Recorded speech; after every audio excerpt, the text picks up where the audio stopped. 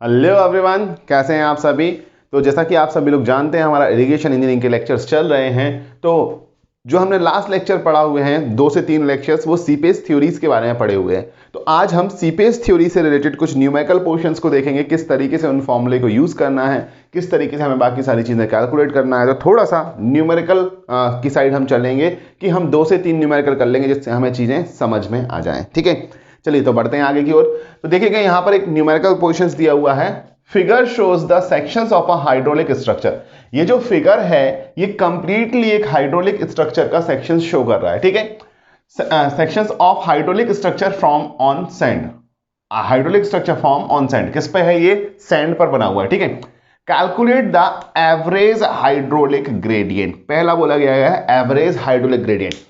Average hydraulic gradient का मतलब है कि टोटल स्ट्रक्चर के लिए अपस्ट्रीम और डाउनस्ट्रीम के बीच में जो भी हेड है उसके बेसिस पर हमें निकालना है हमारा हाइड्रोलिक ग्रेडियंट। ठीक है, तो कंप्लीटली स्ट्रक्चर के लिए। Also find the uplift pressure. क्या निकालना है? अपलिफ्ट प्रेशर एट पॉइंट 6, 12 एंड 18 metre from the upstream end. ये जो अपस्ट्रीम एंड है इससे 6 मीटर पे, तो इसको पॉइंट ए नाम दे दे, 12 मीटर पे बी नाम दे दिया है, और 18 मीटर पे तो इसको सी नाम दे दिया है। इन तीनों पॉइंट पर अपलिफ्ट प्रेशर्स भी कैलकुलेट करने हैं। ठीक है, नेक्स्ट अपस्ट्रीम एंड से ये डिस्टेंस है। ठीक है, and find the thickness of slab floor. Floor की थिकनेस भी निकालने at these points taking G is equal to 2.24। तो अगर हम बात करें यहां पर हमें क्वेश्चंस में वैल्यू दे दी गई है g इज इक्वल टू 2.24 दे दी गई है, और सेम पॉइंट पर मुझे क्या निकालना पड़ेगा? सेम पॉइंट पर थिकनेस भी निकालना है। ठीक है, तो एक एक करके हम सारी चीजें सॉल्व करते हैं। पहला, अगर मुझे एवरेज हाइड्रोलिक ग्रेडियंट निकालना है, एवरेज हाइड्रोलिक ग्रेडियंट, तो एवरेज हाइड्रोलिक ग्रेडियंट की अगर हम बात करते हैं तो वो कितना होगा? Total head loss upon total creep length होगा या नहीं? Total head loss upon total creep length, यही होता है हमारा हाइड्रोलिक ग्रेडियंट। तो देखो अब हेड लॉस कैसे कैलकुलेट करेंगे आप? यहां पर देखिएगा, ये जो फ्लोर है इस फ्लोर के ऊपर, ये जो फ्लोर दिख रही है आपको, इसके ऊपर 4 मीटर का हेड दिया है। यहां पर कितना दिया है? 0। और अपस्ट्रीम हेड को और डाउनस्ट्रीम हेड को कनेक्ट करती हुई एक लाइन दी गई है जिसका नाम दिया गया है हाइड्रोलिक ग्रेडियंट लाइन। तो आप मान सकते हैं हाइड्रोलिक ग्रेडियंट लाइन हमेशा अपस्ट्रीम हेड और डाउनस्ट्रीम हेड के बीच में होगी, और इसका स्लोप जो होगा वही हमारा हाइड्रोलिक ग्रेडियंट को डिफाइन करता है। तो अगर हम बात करें तो ये हमारा क्या डिफाइन कर रहा है? हाइड्रोलिक ग्रेडियंट आई डिफाइन कर रहा है इसका स्लोप। और आई इज इक्वल टू क्या होगा? हाइट यानी हेड लॉस। ये क्या है आपका? यही तो है हेड लॉस। ये कैपिटल एच अगर हमने बोल दिया तो ये हेड लॉस है, और ये क्या है? लेंथ है। तो हमने एक स्मॉल एल, सॉरी इसको डेल्टा स्मॉल एच लिख रहा हूं मैं अभी, और इसको डेल्टा स्मॉल एल लिख दे रहा हूं। तो क्या इस बेसिस पे आप निकाल लोगे? लेकिन यहां पर आपको टोटल क्रीप लेंथ निकालना जरूरी है। वो कैसे निकालेंगे? टोटल क्रीप लेंथ, तो हम बात करेंगे टोटल हेड लॉस कितना है। टोटल हेड लॉस की मैं अगर बात करता हूं तो वो कितना हो गया है? वो h is equal to 4 metre हो गया है। लेकिन टोटल क्रीप लेंथ की अगर मैं बात करता हूं तो टोटल क्रीप लेंथ, अगर हम बात करते हैं टोटल क्रीप लेंथ, तो टोटल क्रीप लेंथ की बात करते हैं तो टोटल क्रीप लेंथ कितना हो जाएगा? तो टोटल क्रीप लेंथ हमने क्या डिसाइड किया हुआ था? हमने बोला था कि अगर इस तरीके से सीपेज हुआ, यहां से नीचे जाएगा पहले तो पानी फ्लो हो करके, फिर ऊपर आएगा, फिर उसके बाद क्या होगा? हॉरिजॉन्टली जाएगा आगे की ओर, और हॉरिजॉन्टली जाने के बाद अगेन यहां से नीचे जाएगा और फिर यहां से ऊपर आएगा। तो यही आपकी टोटल क्रीप लेंथ कही जाएगी या नहीं? तो टोटल क्रीप लेंथ की बात करें तो कितना हो जाएगा? 6 + 6, सबसे पहले नीचे आया और फिर 6 ऊपर गया, तो 6 × 2 भी लिख सकते हो, या फिर 6 + 6। अगेन टोटल ये हॉरिजॉन्टल में कितना गया? 22। तो टोटल हॉरिजॉन्टल में 22। फिर अगेन 8 नीचे और 8 ऊपर, क्योंकि अप स्ट्रीम में 6 मीटर का पाइल है और डाउन स्ट्रीम में 8 मीटर का पाइल है, तो दोनों जगह अलग अलग भी हम पाइल की लेंथ लगा सकते हैं और सेम भी लगा सकते हैं, डिपेंड करता है। ठीक है, तो अगर हम बात करें ये टोटल, अगर हम बात करें तो कितना हो जाएगा, 12 प्लस 16 प्लस 22 कितना हो गया है, 50 मीटर हो गया है। कितना हो गया है, 50 मीटर। तो टोटल क्रीप लेंथ निकल के आई हमारी 50 metre, L is equal to 50 metre. ठीक है, तो हम निकालेंगे एवरेज हाइड्रोलिक ग्रेडियंट, तो I is equal to average hydraulic gradient, I is equal to निकाल सकते हैं total head loss upon length, creep length. तो कितना आ जाएगा, 4/50, और 4/50 को लिखोगे 1/12.5 लिख सकते हो या नहीं, 1/12.5। तो हमारा ये फर्स्ट आंसर हो गया, एवरेज हाइड्रोलिक ग्रेडियंट हमने निकाल लिया है। एवरेज हाइड्रोलिक ग्रेडियंट हमने यहां पर निकाल लिया है। क्लियर है बात?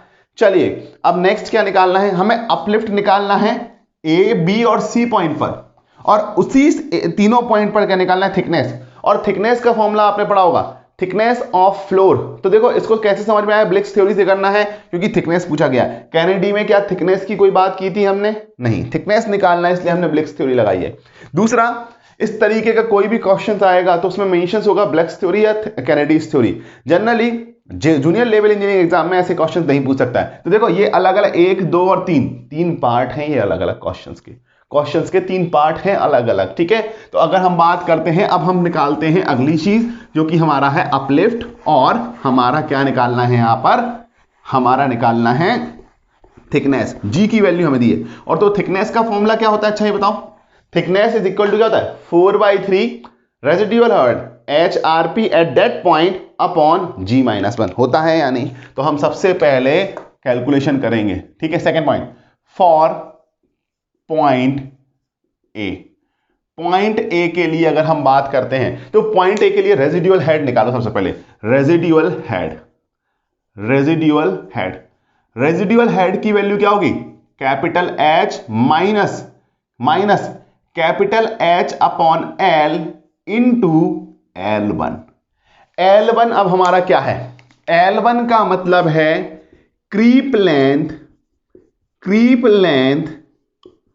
अप टू पॉइंट ए तक क्रीप लेंथ। क्योंकि देखो यहां से अगर यहां तक आए तो ये हेड लॉस हो गया, ए पॉइंट तक आने में इतना तो हमारा हेड लॉस हो गया, और हेड लॉस कितना हुआ, H/L इंटू L1 यानी यहां तक आने में क्रीप लॉस हो गया। ठीक है, अब L1 कैसे निकालेंगे, तो हमने L1 निकाला, L1 इज इक्वल टू कितना होगा, यहां से नीचे गए पहले 6 मीटर, फिर यहां से ऊपर गए 6 मीटर, और फिर हॉरिजॉन्टली ए पॉइंट तक आने में कितना चलना पड़ेगा, 6 मीटर और चलना पड़ेगा। तो ये 6 मीटर, तो टोटल कितना हो गया है, 18 मीटर हो गया है, टोटल 18 मीटर हो गया। क्या तुम इस फॉर्मूले को कुछ इस तरीके से लिख सकते हो, H1 minus L1 by L भी लिखा जा सकता है, यानी H1 minus L1 by L इस तरीके से भी लिखा जा सकता है। तो अगर ऑप्शन में कभी ऐसा लिखा आए, ऐसा लिखा ना मिले, तो कुछ ऐसा लिखा भी मिल सकता है कि रेजिडुअल हेड इस तरीके से निकाल सकते हैं। तो ऑप्शनल में ध्यान रखना कि इस तरीके से भी फॉर्मूला पूछ सकता है, तो हमें ये चीज ध्यान रखना है।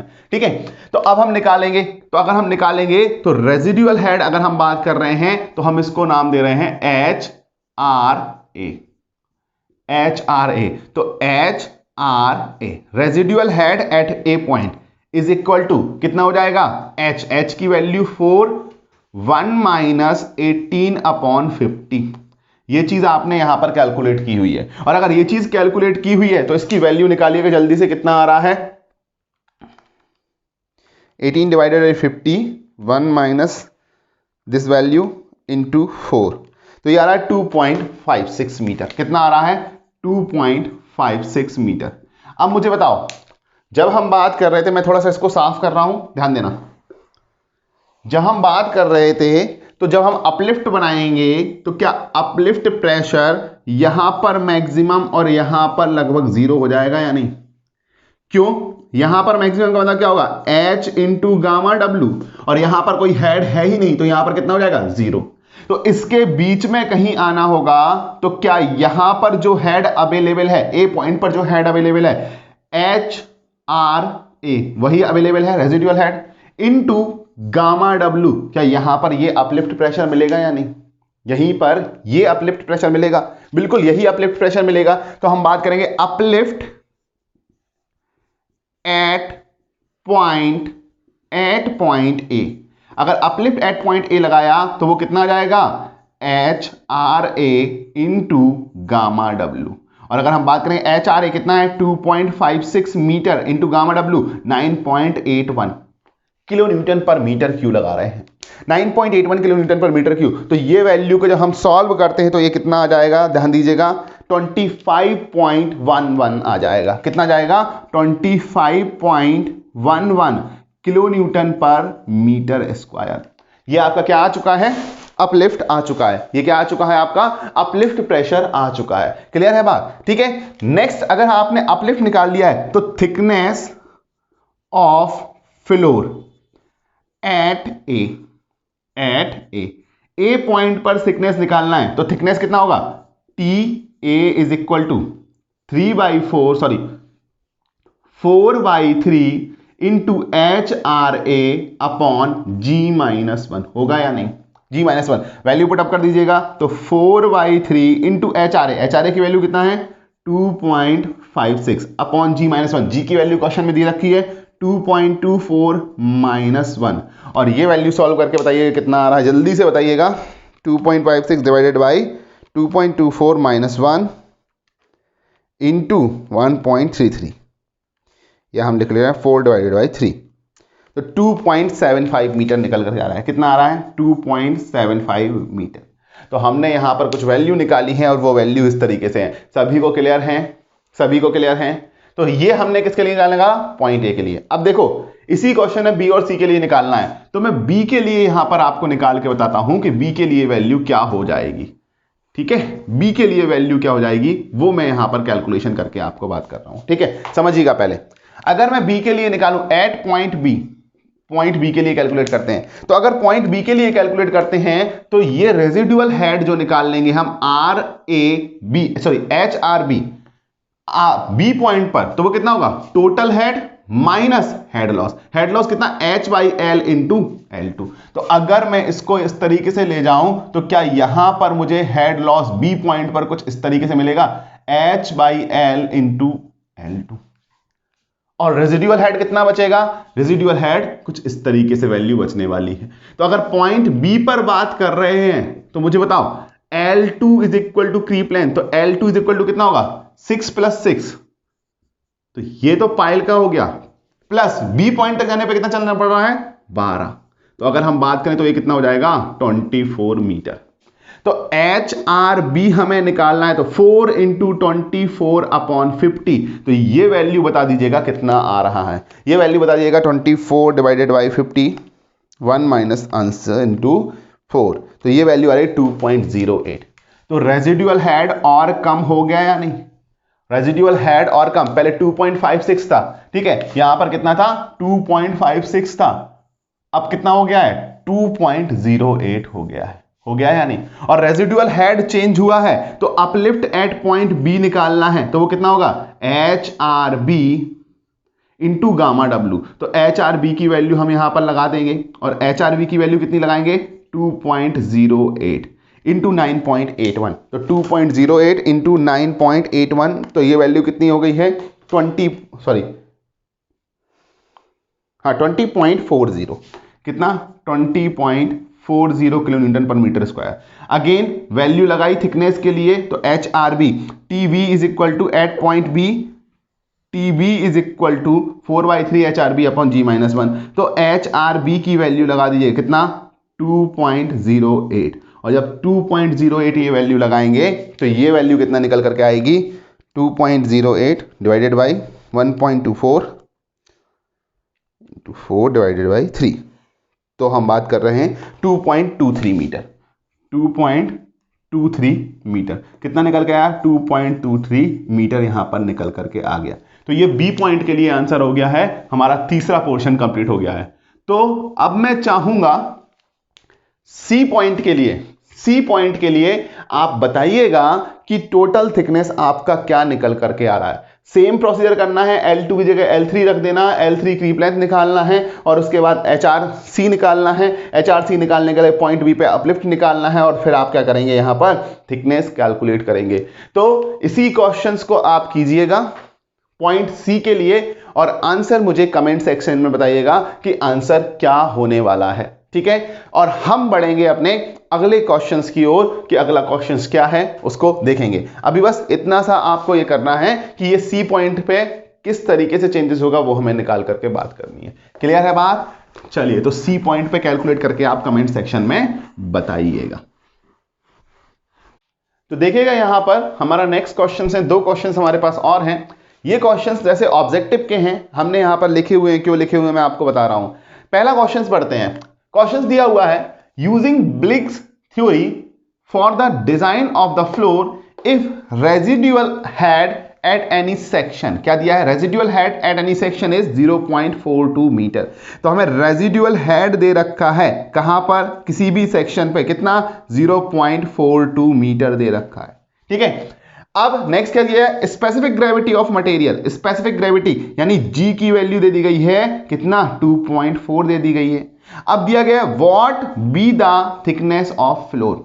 थिकनेस ऑफ फ्लोर का फॉर्मूला पूछा गया है। तो अगर हम थिकनेस ऑफ फॉर्मूला को देखेंगे तो हमारे पास 2 फॉर्मूला होते हैं। Thickness of floor T is equal to, एक होता है 4/3 HR अपॉन G-1 और एक होता है thickness of floor is equal to HR upon G-1। 2 फॉर्मूले हैं। आप इसमें से कौन सा फॉर्मूला यहां अप्लाई करेंगे, यहां कुछ भी कंसीडर नहीं किया गया है, तो कौन सा फॉर्मूला अप्लाई करेंगे। तो देखिएगा, अगर आप इससे कैलकुलेट करते हैं तब भी यहां ऑप्शन में आंसर्स अवेलेबल है और इस वाले फॉर्मूले से भी करते हैं तब भी ऑप्शंस में आंसर्स अवेलेबल है। दोनों ही आंसर्स अवेलेबल है। बट यहां एक चीज देखना है, अगर हमें क्वेश्चन में देता कि what will be the minimum thickness without considering without considering safety को कंसीडर करते, विदाउट कंसीडरिंग सेफ्टी को बिना कंसीडर किए हुए मिनिमम थिकनेस क्या होती, तब हम अपना फॉर्मूला जो अप्लाई करते वो ये वाला करते, क्योंकि ये क्या है, मिनिमम थिकनेस का फॉर्मूला है। किसका है? मिनिमम थिकनेस का फॉर्मूला। जबकि यहां पे क्या लिखा है, what be the thickness of floor. और जब भी थिकनेस ऑफ फ्लोर की बात करेंगे और क्या बोल रहे हैं, डिजाइन करने की बात कर रहा है, तो डिजाइन करने की बात कर रहा है, डिजाइन ऑफ फ्लोर फ्लोर को डिजाइन, तो हम सेफ डिजाइन करने की बात करेंगे। और जब भी सेफ डिजाइन करने की बात करेंगे तो फैक्टर ऑफ सेफ्टी को कंसीडर करेंगे। तो ये डाउट जनरली आपको आते हैं कि सर इनमें कौन सा फॉर्मूला यूज करना है, कैसे नहीं करना है। तो लैंग्वेज के बेसिस पे मैंने यहां पर केवल इतना क्लियर किया हुआ है कि फॉर्मूला क्या यूज करना है आपको। अभी क्लियर है सभी को बात? तो हम बात कर रहे हैं यहां पर, तो हम यहां पर थिकनेस कैलकुलेट करेंगे। Then thickness of floor, thickness of floor निकाला, वो कितना होगा, T is equal to 4/3 HR upon G-1। अब हम इसमें वैल्यू रख देंगे, तो वैल्यू रखा 4/3 इंटू HR की वैल्यू कितना है, 0.42 अपॉन G की वैल्यू 2.4 -1 हो जाएगा।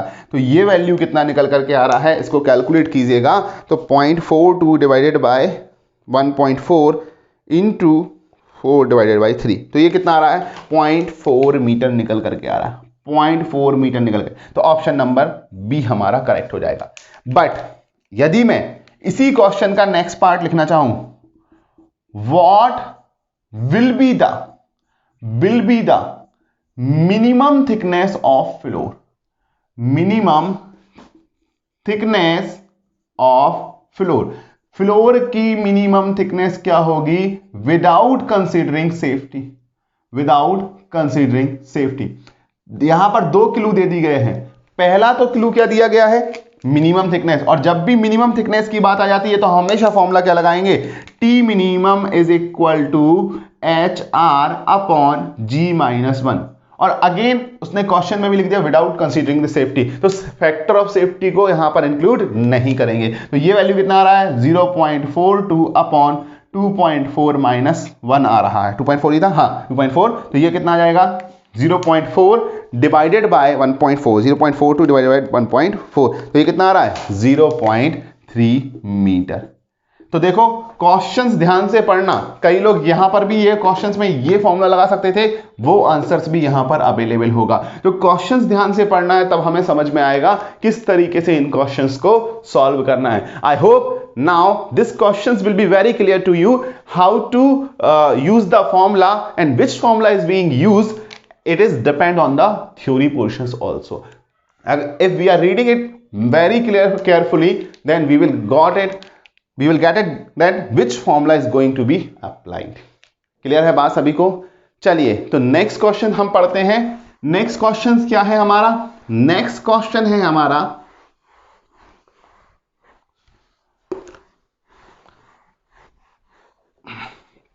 यहां पर एक डायग्राम दिया गया है और इसमें बोला गया कैलकुलेट द ग्रेडियंट। कौन सा gradient? Exit gradient as per खौसला theory. तो देखो ये जो पाइल है ये दिया है डाउनस्ट्रीम पाइल, ये जो पाइल है ये आपको दिया है अपस्ट्रीम पाइल, अपस्ट्रीम पाइल, ठीक है। और हो सकता है इस पाइल की भी लेंथ जो है वो 3 मीटर में कंसीडर करके लिख दूं। कितना लिख दूं? 3 मीटर कंसीडर। तो हम जब भी एग्जिट ग्रेडियंट कंसीडर करते हैं तो G exit is equal to कितना होता है? h by D into 1 upon pi under root of lambda, यही होता है, यानी pi under root of lambda. तो अगर हम बात करते हैं pi under root of lambda, यहां पर वैल्यू निकल करके आती है, तो लैम्डा की वैल्यू हम निकालते हैं। लैम्डा इज इक्वल टू क्या होता है? 1 plus under root of 1 plus alpha square by 2, और अल्फा की वैल्यू अगेन किस पर डिपेंड करती है? b बाई डी पर। अब हम नोटेशंस देखते हैं, ठीक है। तो हमारा जो b है वो क्या है? वो क्या है?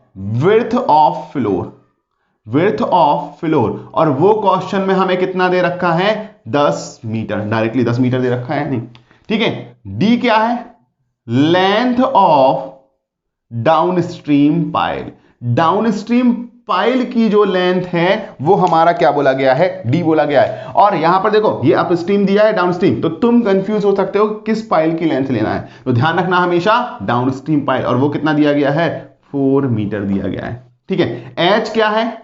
Total head available, total head. और टोटल हेड कितना अवेलेबल है? देखिए फ्लोर के ऊपर ये वियर बनाया हुआ है, वियर पे कितना है? 5 मीटर का हेड अवेलेबल है, तो 5 मीटर का हेड हमने यहां पर रख दिया वैल्यू।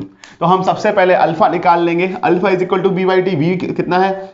10 और डी कितना है? 4, तो ये आ गया 2.5 मीटर, ठीक है। अब लैम्डा निकालिएगा, 1 plus under root of 1 plus 2.5 का स्क्वायर बाई 2। अब इस वैल्यू को सॉल्व करेंगे हम थोड़ा सा, तो ये वैल्यू कितना निकल करके आ रही है? प्लस 2.5 का स्क्वायर, इसका whole under root plus 1 divided by 2, तो 1.846 अप्रॉक्सीमेटली 1.85 हम इसको लिख दे रहे हैं, ठीक है। अब निकाल लेंगे g, तो g इज इक्वल टू कितना होगा? h by D. h की वैल्यू कितना है? 5 मीटर अपॉन d की वैल्यू कितना है? d की वैल्यू कितना है भैया? 4 metre into 1 upon pi into under root of lambda, under root of lambda 1.85। बस इसको सॉल्व कर लीजिएगा, आपका आंसर आपके हाथ में आ जाएगा, ठीक है। अब देखिएगा अगर हम बात करें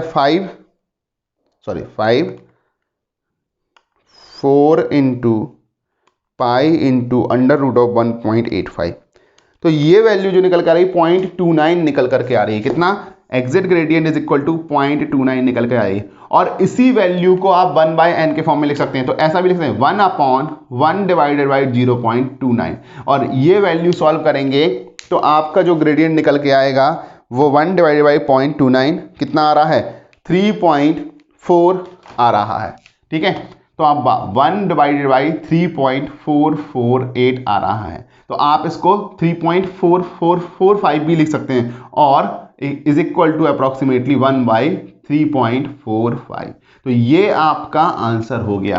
तो देखो कैलकुलेशंस ही है इसमें, और ये फॉर्मूले याद रखना है। अगर ये फॉर्मूले याद रख लिए तो आपका आंसर आसानी से आपको मिल जाएगा, ठीक है। तो ये था हमारा आज का सेशंस, जो कि क्वेश्चंस प्रैक्टिस के रिगार्डिंग था। अगर आपको इसमें कोई चीज समझ में नहीं आई है तो आप कमेंट सेक्शंस में हमें बता सकते हैं। वीडियो को लाइक कीजिएगा, शेयर कीजिएगा और चैनल को सब्सक्राइब कीजिएगा, जिससे आप हमारे साथ बने रहें। तब तक के लिए थैंक यू। जल्दी ही मिलेंगे हम अपने नेक्स्ट वीडियो में। Thank you so much.